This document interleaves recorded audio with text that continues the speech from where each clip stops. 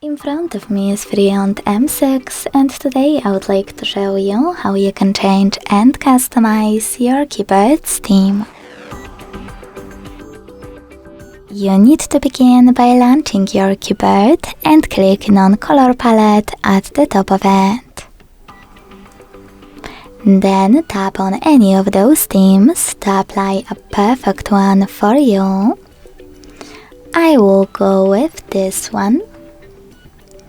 Manage key borders thanks to this switcher, and when you're ready, hit apply at the bottom right corner. As you can see, after that, theme of my keyboard has changed. If you wish to customize it instead, click on the same color palette at the top, and this time select plus icon located under my themes. Now tap on the photo that you wish to apply as your keyboard's background. Pinch it to scale and drag it to move. Then select Next. Adjust brightness by swiping left or right.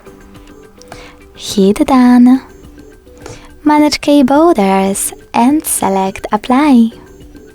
As you can see, this time theme of my keyboard was successfully customized with an image.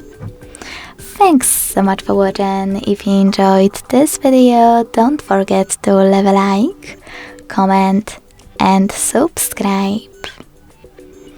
Bye!